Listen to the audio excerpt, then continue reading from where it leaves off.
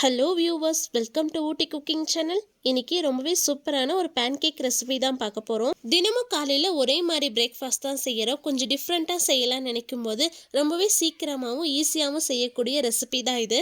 குழந்தைங்களும் ரொம்பவே விரும்பி சாப்பிடுவாங்க. வாங்க எப்படி செய்யறதுன்னு பார்க்கலாம்.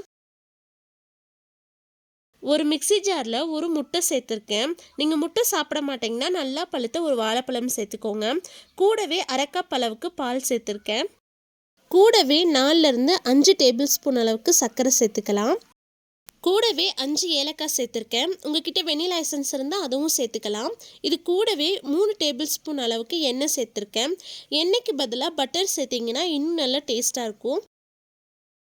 இது எல்லாத்தையுமே மிக்சியில் ஒரு 2 நிமிஷம் நல்லா அடித்து எடுத்துகிட்டு வந்துடலாம். உங்ககிட்ட எலக்ட்ரிக் பீட்டர் இருந்தால் எலக்ட்ரிக் பீட்டரும் பயன்படுத்திக்கலாம். இந்த அளவுக்கு மேலே நல்லா நுர பொங்கி வர வரைக்கும் மிக்சியில் நல்லா அடித்து எடுத்துக்கணும். இதை வேறு ஒரு மிக்சிங் பவுலில் மாற்றிட்டு இது கூடவே 1 கப் அளவுக்கு மைதா மாவு சேர்த்துருக்கேன். நீங்கள் மைதா மாவு சேர்த்துக்கலைன்னா இதுக்கு பதிலாக கோதுமை மாவு வேணாலும் சேர்த்துக்கலாம். கூடவே அரை டீஸ்பூன் பேக்கிங் பவுடர் சேர்த்துருக்கேன். உங்ககிட்ட பேக்கிங் பவுடர் இல்லைன்னா 1 டீஸ்பூன் அளவுக்கு சோடா உப்பு சேர்த்துக்கோங்க. இது எல்லாத்தையுமே ஒரு ஹேண்ட் விஸ்க் இல்லைன்னா ஒரு ஸ்பூன் வச்சு எந்த ஒரு கட்டிகளும் இல்லாத மாதிரி நல்லா கலந்து விட்டுருங்க. தண்ணி எதுவும் சேர்க்க வேண்டாம். நாம் சேர்த்த முட்டை, பால் இது எல்லாமே சரியாக இருக்கும். தேவைப்பட்டால் மட்டும் கொஞ்சமாக பால் சேர்த்து கலந்து விட்டுருங்க. கூடவே ஒரு சிட்டிகை அளவுக்கு உப்பு சேர்த்துட்டு கலந்து விட்டுருங்க. எந்த ஒரு கட்டிகளும் இல்லாத மாதிரி மாவை இந்த அளவுக்கு நல்லா கலந்து எடுத்தாச்சு. நான் தண்ணியோ பாலோ எதுவுமே எக்ஸ்ட்ரா சேர்க்கலை. நான் அரைச்சி சேர்த்த பாலும் முட்டையுமே எனக்கு சரியாக இருந்துச்சு. மாவு ரொம்ப தண்ணியாகவும் இருக்கக்கூடாது, ரொம்ப கெட்டியாகவும் இருக்கக்கூடாது. இந்த மாதிரி மீடியமான கன்சிஸ்டன்சியில் இருக்க மாதிரி பார்த்துக்கோங்க. தோசைக்கல் நல்லா சூடானதுக்கப்புறம் இதில் 1 கரண்டி அளவுக்கு மாவு சேர்த்துக்கலாம். ரொம்ப மெலிசாக விரிக்க வேண்டாம், கொஞ்சம் குண்டாக தான் இருக்கணும். அப்போ தான் நல்லா கேக் மாதிரி சாஃப்டாக இருக்கும். மேலே நான் 1 டீஸ்பூன் அளவுக்கு நெய் சேர்த்துருக்கேன். பேன்கேக்கு சுற்றி வர எல்லா பக்கமும் நெய் படுற மாதிரி சேர்த்துக்கோங்க. நெய்க்கு பதிலாக பட்டர், ஆயில் இந்த மாதிரி எது வேணாலும் சேர்த்துக்கலாம்.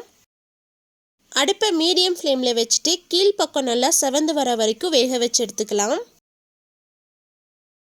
கீழ்ப்பக்கம் நல்லா செவந்து வந்ததும் மெதுவாக திருப்பி போட்டு 2 பக்கமும் நல்லா வேக வச்சு எடுத்துக்கோங்க. 2 பக்கமும் நல்லா வெந்து செவந்து வந்ததுக்கப்புறம் இதை எடுத்து வச்சிடலாம். மீதி இருக்க எல்லா மாவுலையும் அதே மாதிரி பேன்கேக் சுட்டு எடுத்துடலாம். ரொம்பவே சூப்பரான பேன்கேக் ரெடி ஆயிடுச்சு. இது காலையில் பிரேக்ஃபாஸ்ட்டுக்கும் ரொம்பவே சூப்பராக இருக்கும். குழந்தைங்களுக்கு ஈவினிங் ஸ்நாக்ஸ்க்கும் பண்ணி கொடுக்கலாம். இதுக்கு மேலே கொஞ்சமாக ஜாம் இல்லைன்னா சாக்கோ ஸ்ப்ரெட் இந்த மாதிரி தடவி கொடுத்தீங்கனாலும் குழந்தைங்க விரும்பி சாப்பிடுவாங்க.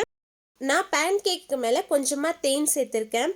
தேன் சேர்த்து சாப்பிடும் போது இன்னும் நல்லா டேஸ்ட்டாக இருக்கும். நான் பேன்கேக்கை கட் பண்ணி காட்டுறேன். பாருங்கள் எந்த அளவுக்கு சாஃப்டாக இருக்குன்னு. கண்டிப்பாக நீங்களும் உங்கள் வீட்டில் இந்த ரெசிபி செஞ்சு பார்த்துட்டு எப்படி இருந்துச்சுன்னு கமெண்ட்ஸில் சொல்லுங்கள். உங்களுக்கு இந்த வீடியோ பிடிச்சிருந்தா லைக் பண்ணுங்கள், ஷேர் பண்ணுங்கள். மறக்காமல் ஊட்டி குக்கிங் சேனலுக்கு சப்ஸ்கிரைப் பண்ணுங்கள். மீண்டும் அடுத்த ஒரு ரெசிபியில் சந்திப்போம். Bye. See you soon.